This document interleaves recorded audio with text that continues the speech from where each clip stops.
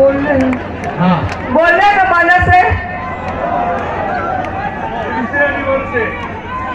ही निवडणूक अर्चना पाटील विरुद्ध कोण अशी नाहीच आहे, ही मोदीजी विरुद्ध राहुल गांधी निवडणूक आहे आणि आपल्याला परत एकदा तिसऱ्या टर्मला मोदीजींना भरभरून मताने विजयी करायचंय। 405चा नारा दिलाय मोदीजींनी, 399चा जुगाड लावला, त्यांनी 400 मी आहे, मला दिलेला पाठवायला विजयी करा, हात जोडून विनंती करते। यानंतर आपल्या सर्वांचे नेते माननीय अजितदादांना विनंती करतो। विचाराचा खासदार अर्चना राणा पाटील या आहेत, त्याच्यामुळे त्यांच्या घड्याळाच्या चित्राच्या शेजारचं बटन आपण दाबण्याचं काम तुम्ही करायचंय। आपण माग ग्रामपंचायती, तालुका पंचायत, नगरपालिका, नगरपंचायत यामध्ये एकमेकाच्या विरोधामध्ये लढलो, परंतु ती गावची निवडणूक होती, ती तालुक्याची निवडणूक होती, जिल्हा परिषद जिल्ह्याची निवडणूक होती, ही आता देशाची निवडणूक आहे। आम्ही सगळे आमचे विरोधावर बाजूला ठेवले।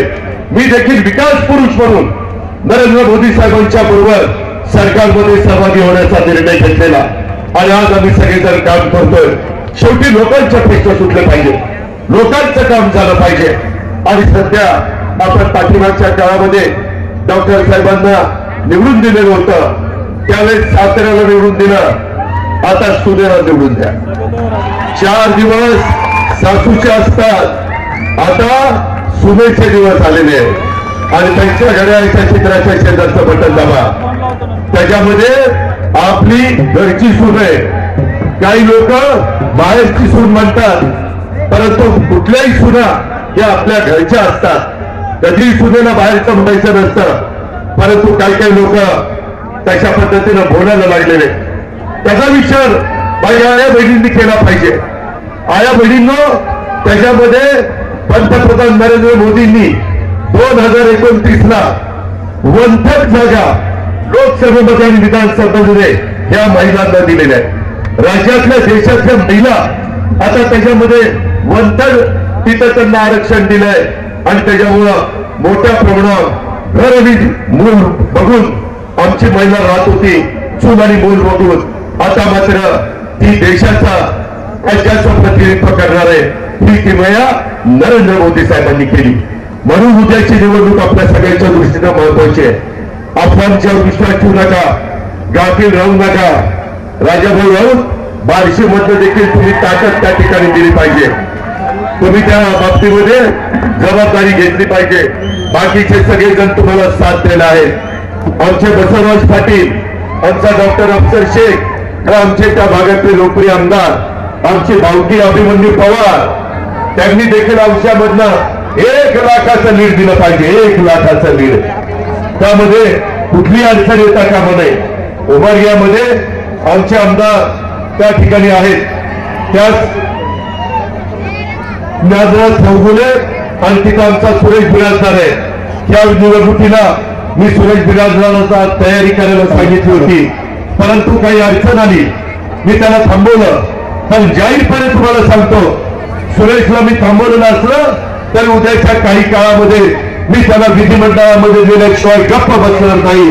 त्याचा मान सन्मान शेवटी आम्ही ठेवणार, आम्ही कुणाला वाऱ्यावर सोडणारी माणसं नाही, आम्ही दिलेला शब्द पाळणारी माणसं आहोत। याची ओळख उभ्या महाराष्ट्राला आहे आणि त्यामुळं माझ्या आपल्याला सगळ्यांना आग्रहाची विनंती आहे, आम्ही अनेक महत्वाचे प्रश्न सोडवले। आपल्या भागामध्ये कांद्याचा प्रश्न आहे, कांद्याच्या बाबतीमध्ये आम्ही मोदी साहेबांना सांगितलं होतं निर्यात बंदी उठवा, त्याच्यामध्ये कांदा अडचणीत आला तर कांदा उत्पन्न काम आपल्याला सगळ्यांना करायचंय। आपण स्वतः उमेदवार आहोत असं समजून आपण त्यामध्ये मदत करा।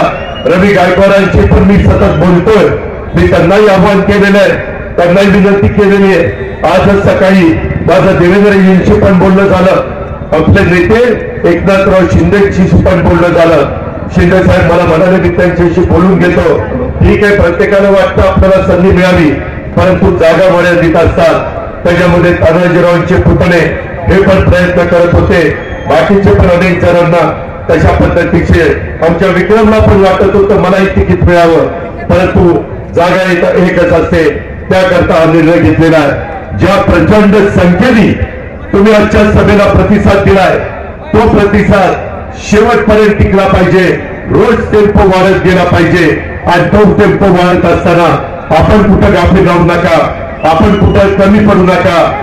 आपण त्यांना दाखवून देऊ की कशा पद्धतीनं हे सगळेजण एक चांगलं काम नरेंद्र मोदींच्या नेतृत्वाखाली चाललेलं असताना मिठाचा खडा टाकण्याचं काम हे जे काही विरोधक करतायत त्या विरोधकांना जागा दाखवण्याचं काम आपण करायचंय. मित्रांनो, या भागामध्ये आपल्याला पाणी आणायचंय. ते पाणी आणण्याच्या करता अर्चनाताई पाटील या लोकसभेमध्ये जाऊन आपल्याला मदत करतील. राज्यात आम्ही तुम्हाला मदत करू. त्याचबरोबर रेल्वेचे प्रश्न आपल्याला मार्गी लावायचे, नॅशनल हायवेचे प्रश्न आपल्याला मार्गी लावायचे. त्याच्यामध्ये मोठ्या प्रमाणात इथं कारखानदारी आली पाहिजे. अशा पद्धती